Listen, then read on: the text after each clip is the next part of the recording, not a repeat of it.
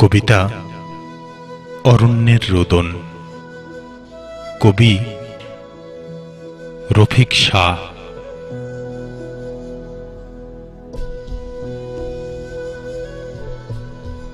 সুতানু শুনিলে রাত, মন্থর দেহ, পায়ে পায়ে চলে গেছে শুভক্ষণ।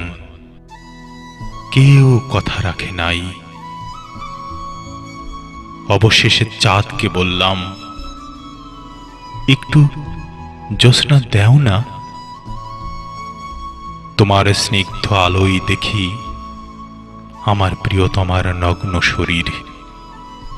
খুলে ফেলা শাড়ির ভাঁজ, সযত্নে রাখা আমারই দেয়া দুখানি অন্তর্বাস।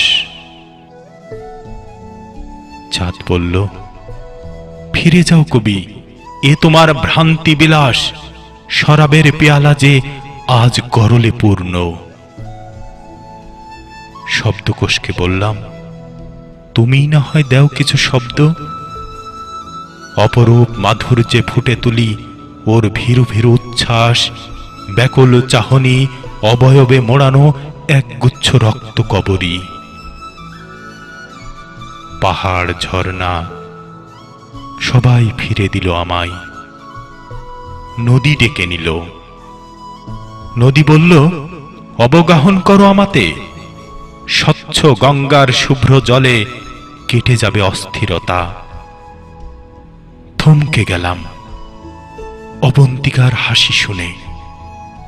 ঠিক যেন 5 বছর আগের সেই অবিকল হাসি। মুক্তার মতো ঝিকমিক করছে ওর দাঁত। অলক্ষ্যে বাড়িয়ে দিলাম হাত। বললাম, এতদিন কোথায় ছিলে?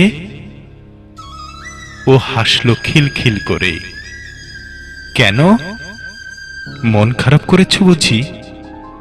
বউ ভাতে আসেনি বলে? বৌদি দেখতে কেমন? আমার মতো তো। ডালিম গাছে ফুল ধরেছে, যাবক্ষণ। নিষ্পলক দৃষ্টিতে তাকিয়ে রইলাম ওর দিকে। অস্ফুট স্বরে বললাম, অবন্তিকা, আমি আজও তোমার প্রতীক্ষায়।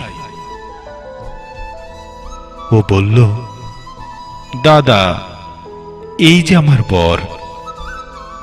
ভগবানের কৃপায়, তোমাদের আশীর্বাদে পেয়েছি সুন্দর একখান ঘর।